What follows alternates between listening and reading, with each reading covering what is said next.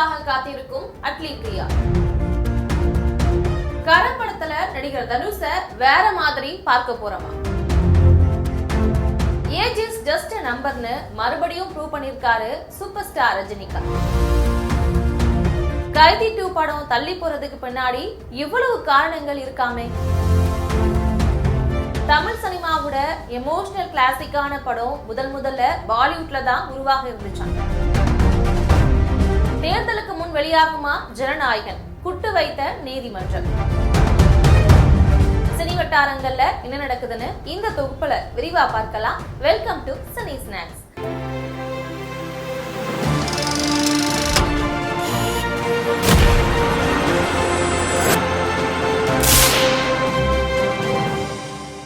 ராஜா ராணின்னு ஒரு super hit படத்தை கொடுத்து ஒட்டுமொத்த தமிழ் சினிமாவையும் முதல் படத்திலேயே திரும்பி பார்க்க வச்சவரு இயக்குனர் அட்லி.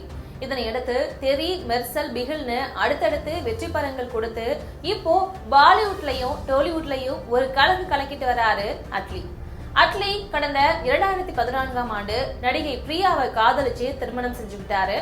அட்லியும் பிரியாவும் இந்திய சினி உலகத்துல ரொம்பவே கவனிக்கப்படக்கூடிய ஒரு மேக்னெட்டிக் கப்பல். இவங்களுக்கு கடந்த 2023ஆவது வருடம் ஜனவரி மாதம் ஒரு ஆண் குழந்தை பிறந்துச்சு. இந்நிலையில தங்களுக்கு 2வது குழந்தை பிறக்க போகிறதுன்ற மகிழ்ச்சியான செய்திய பிரியா அட்லி தம்பதி தங்களோட பேபி பம்ப் புகைப்படங்களை சோசியல் மீடியாவில வெளியிட்டு தெரிவிச்சிருக்காங்க. இவங்களுக்கு பிரபலங்களும் ரசிகர்களும் தங்களோட வாழ்த்துக்களை தெரிவிச்சுட்டு வராங்க.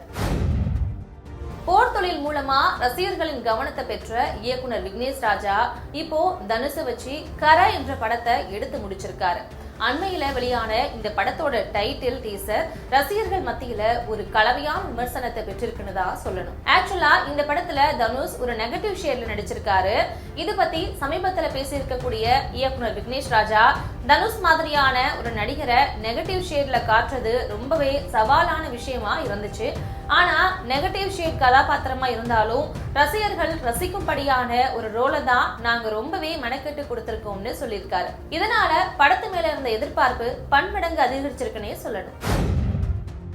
ஜெயிலர் 2 படத்தின் அடுத்த கட்ட படப்பிடிப்புக்காக சூப்பர் ஸ்டார் ரஜினிகாந்த் கொச்சி வந்திருக்காரு. ஏர்போர்ட்ல அவர் இறங்கிய தருணத்துல இருந்தே ரசிகர்கள் ரொம்பவே பரபரப்பாக்கிட்டாங்களாம்.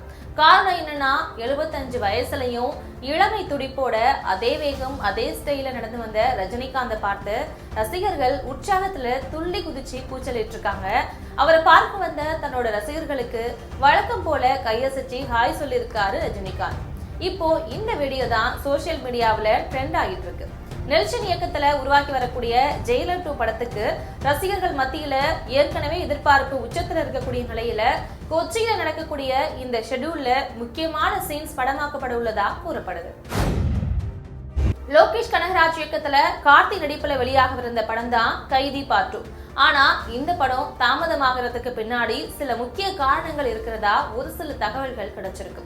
அது என்னன்னா, லோகேஷ் கனகராஜோட உயர்ந்த சம்பளமே இந்த படத்தோட தாமதத்துக்கு முக்கிய காரணம்னு சொல்லப்படுது.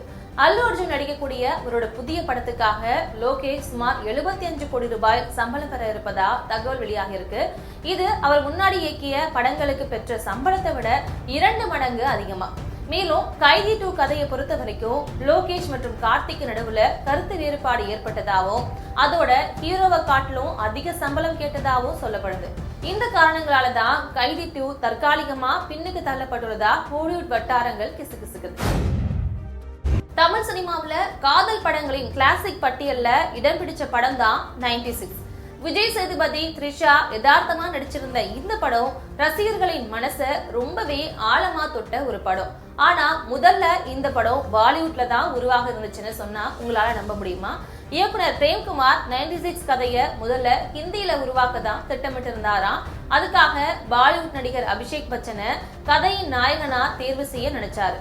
ஆனா அந்த காலகட்டத்துல பிரேம்குமார் அபிஷேக் பச்சனை நேர்ல சந்திச்சு 96 கதையை விரிவா சொல்லியிருக்காரு.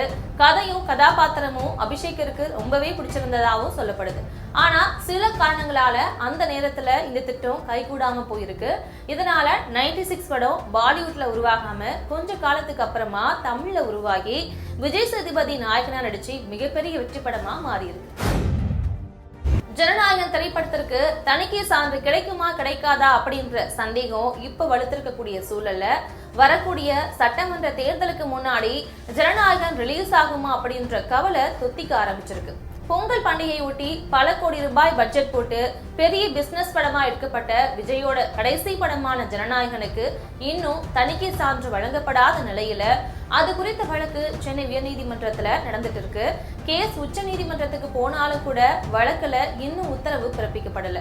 இந்த வகையில இன்னைக்கு நடந்த ஜனநாயகம் திரைப்படத்துக்கான தணிக்கை குற்றச்சாட்டு தொடர்பான வழக்க சென்னை உயர்நீதிமன்றம் ஒத்தி வச்சிருக்கு.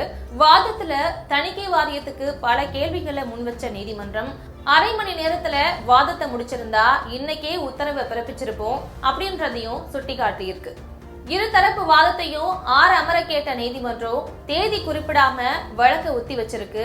இன்னும் தீர்ப்பு மட்டும்தான் பாக்கி அப்படின்னாலும் தேர்தலுக்கு முன்னால படம் வெளியாகுமா அப்படின்ற சந்தேகத்தை அதுதான் கிளப்பி வருது. இதனால ரசிகர்கள் தாழ முடியாத சோகத்துக்கு போயிருக்காங்க.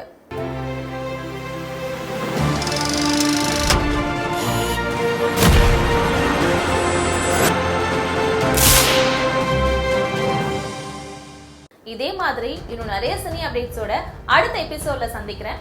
அதுவரை உங்களிடமிருந்து விடைபெறுவது உங்கள் பிரியங்கா.